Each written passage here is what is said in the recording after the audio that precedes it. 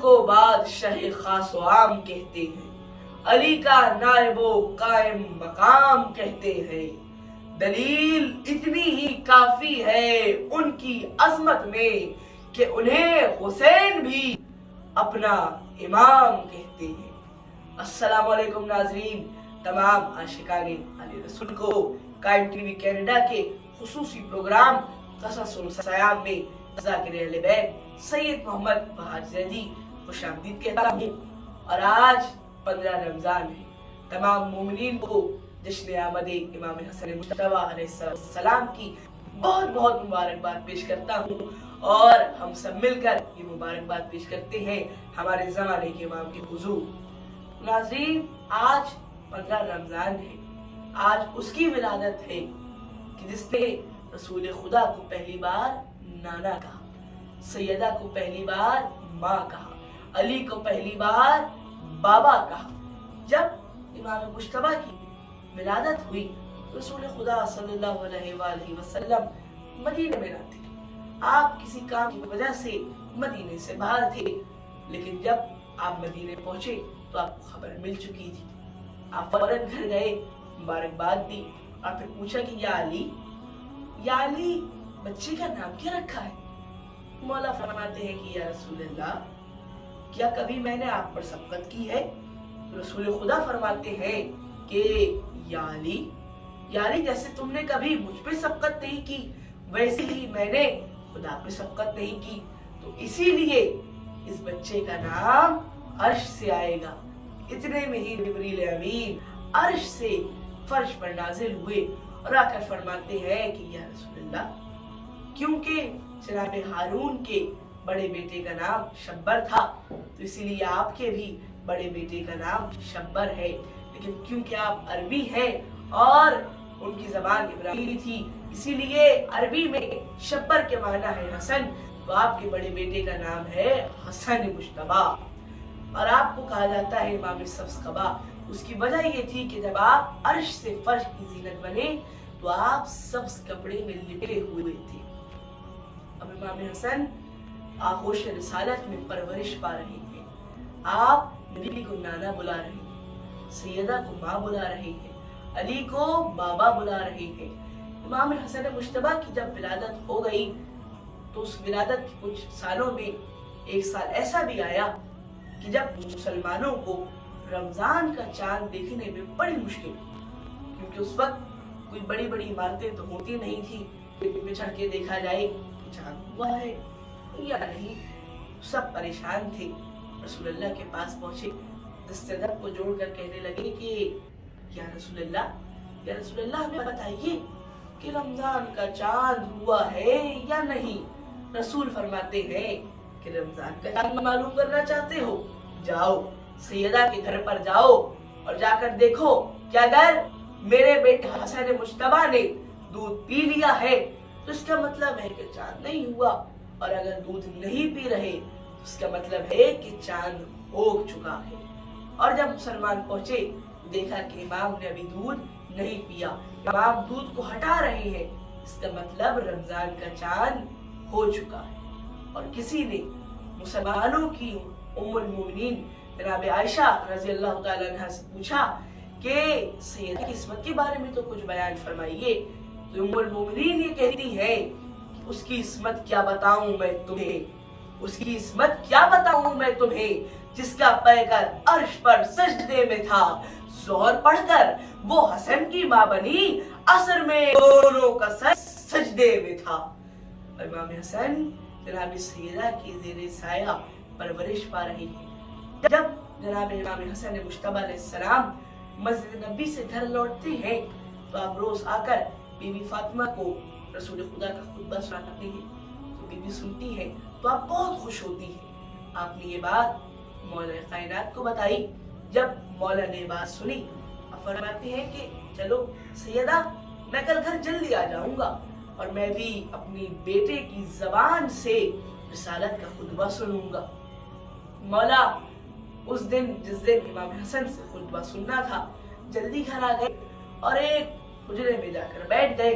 इमाम हसन घर पहुंचे, अपनी माँ को खुतबा सुनाना शुरू किया तो आपकी जबान में लुकनत आ रही थी। آپ رک گئے اور آپ فرماتے ہیں کہ اما جان یقیناً آج گھر میں میرا کوئی بڑا موجود ہے، تبھی تو بار بار میری زبان میں لکنت آ رہی ہے۔ اتنے میں ہی مولا اس کمرے سے تشریف لائے اور تشریف لا کر فرماتے ہیں کہ واہ میرے بیٹے حسن، تم نے رسالت کا خطبہ کیا خوب بیان کیا ہے اور آپ کو اپنے سینہ مبارک سے لگا دیا۔ اور جہاں تک بیوی کی پرورش کی بات ہے تو بیوی کی پرورش کی تو کیا ہی کہنے، کیا کہنے اس کی پرورش کے، کہ جو معصومین کی ماں ہے، جو حسنین کی ماں ہے، بیوی اپنے بچوں کے درمیان مقابلے کرواتی ہے۔ ایک دن دونوں بچوں کے درمیان خوشخطی کا مقابلہ ہوا۔ دونوں بچے اپنی اپنی خوشخطی لے کر بیوی کے پاس پہنچے اور بیوی کو دکھائی۔ جب بیوی نے دیکھا تو بیوی نے خوشخطی کو لیا۔ اب بیوی ہے، ساتھ میں ماں بھی ہے، کیسے کسی ایک بچے کی تعریف کریں؟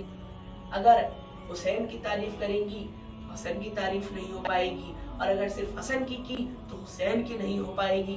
تو اتنے میں ہی بیوی نے اپنے گلے سے اپنا گلوبند اتار دیا، اسے کھولا اور اس کے اندر جو موتی تھے ان موتیوں کو زمین پر بکھیر دیا۔ فرماتی ہے کہ اب جو ان موتیوں کو پہلے سمیٹ لے گا اور جس کے پاس سب سے زیادہ موتی آئیں گے وہی جیت جائے گا۔ تو جیسے ہی بیوی نے کہا بچے فوراً موتیوں کی جانب بڑھے۔ ایک موتی حسن نے اٹھایا، ایک موتی حسین نے اٹھایا۔ جب تمام موتی جمع کر لیے تو بالآخر اب ایک موتی بچ گیا۔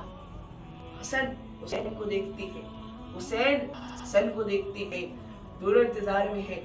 حسن چاہتے ہیں کہ موتی حسین اٹھا لے، حسین چاہتے ہیں کہ موتی حسن اٹھا لے۔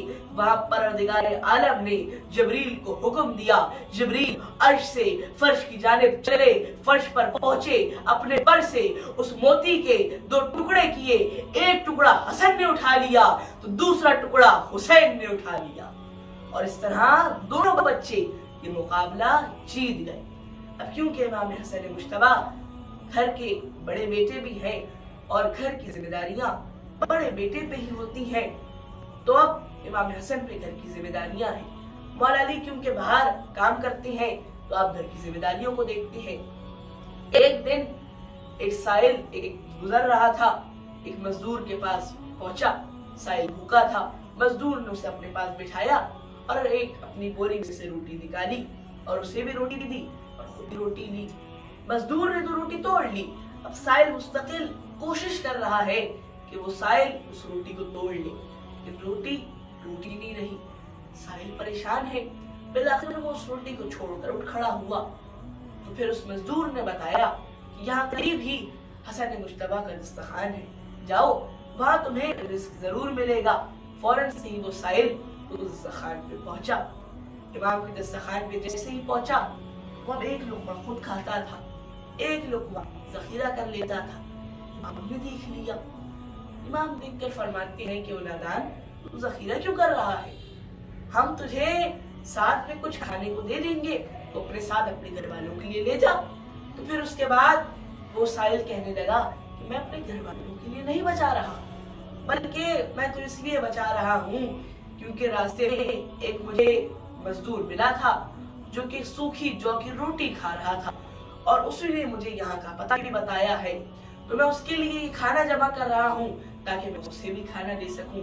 تو مولا فرماتے ہیں کہ وہ مزدور کوئی اور نہیں علی مرتضیٰ ہے، وہ مزدور ہمارے بابا ہے اور دسترخوان انہی کے پیسوں سے چلتا ہے۔ اور امام حسن کی سخاوت کے تو کیا ہی کہنے کہ ایک دن ایک شخص شام سے آپ کے پاس مدینے پہنچا، جیسے ہی آپ کو دیکھا آپ سے بد کلامی کرنے لگا۔ امام اس کی بد کلامی کو برداشت کرتے رہے کرتے رہے کرتے رہے۔ جب وہ بول بول کے چپ ہو گیا تو مولا فرماتے ہیں کہ شاید تجھے پیاس لگ رہی ہے، اگر تو کہے میں تجھے پانی پلا دوں، اگر تو تھک گیا ہے، تو مسافر ہے، تو تو میرے ساتھ چل، میں تجھے آرام کے لیے بستر دے دوں گا، کیا دے دوں گا، اگر تمہیں بھوک لگ رہی ہے تو میں تمہیں کھانا دے دوں گا۔ تو وہ جو سائل شام سے آیا تھا وہ دیکھ کر حیران ہوا اور حیران ہو کر آپ کے قدموں میں گر گیا اور آپ سے معافی مانگنے لگا اور کہنے لگا کہ مولا مجھے معاف کر دیجئے، मुझे तो शाम वालों ने आपके बारे में कुछ और ही बताया था, लेकिन आप तो कुछ और ही निकले। और इमाम के इल्म के तो क्या ही कहने, आपका इल्म तो वो इल्म है कि जो रसूल का इल्म है। आप वारिसे इल्म रसूल हैं, आपके इल्म का जवाब ही नहीं। और मुझे ये वाकया याद आ रहा है कि जब आपको अमीर शाम ने अपने दरबार में बुलाया तो उसने मंसूबा बनाया था कि जब हसन मुश्तबा दरबार में आए तो कोई भी अपने मकाम से खड़ा ना हो। कोई भी ना तो दरवाजा खोलेगा ना पर्दे खोलेगा। हसन मुश्तबा खुद ही दरवाजा भी खोल लेंगे, खुद ही पर्दा भी हटा लेंगे। लेकिन जब इमामत ने अपने कदम दरबार में रखने लगी तो उधर हवा आगे बढ़ी। हवा ने दरवाजे को भी खोल दिया, हवा ने पर्दों को भी हटा दिया। और वो अमीर शाम कि जिसने अपने दरबार से कहा था कि कोई भी अपने मकाम से खड़ा ना हो, वो अमीर शाम खुद अपने मकाम से खड़ा हो गया। कहने लगा कि आइए मौला, मेरी जगह पर बैठ जाइए। मौला फरमाते हैं कि नहीं, हम तेरी जगह पर नहीं बैठेंगे, हमारे लिए मस्जिद बिछाई जाए। मौला के लिए अलग से ही एक मस्जिद बिछाई गई और फिर उसके बाद मौला उस मस्जिद पर बैठ गए। अब आपके सामने फकीर शाम ने माल दौलत रखना शुरू किया। उसका मंसूबा था कि अगर मौला ये माल दौलत कबूल कर लेंगे तो हम कहेंगे कि रसूल का बेटा तो दुनियादार है, और अगर ये इसको कबूल नहीं करेंगे तो हम कहेंगे तो चाहती फसाद है। हमने तो माल दौलत दिया था लेकिन इन्होंने इसे कबूल ही ना किया। इमाम अपने मकाम से खड़े हुए बाहर जाने लगे। एक गुलाम ने कहा कि मौला, आपके जूतों के तस्मे खुले हुए हैं। तो मौला ने फौरन से ही उन सोने को, दौलत को ठोकर मार दी। और जब शायर ने वाकया पढ़ा तो अपना कलम उठाया और इस शेर लिखा, क्या ठुकरा के तख्त चल दिए इस बार पन के साथ। ठुकरा के तख्त चल दिए इस बार पन के साथ, शाही लिपट के रह गई पाए हसन के साथ। लोगों, अमीर शाम को जा और हसन को जा, बुत का मुकाबला ना करो बुत शिकन के साथ।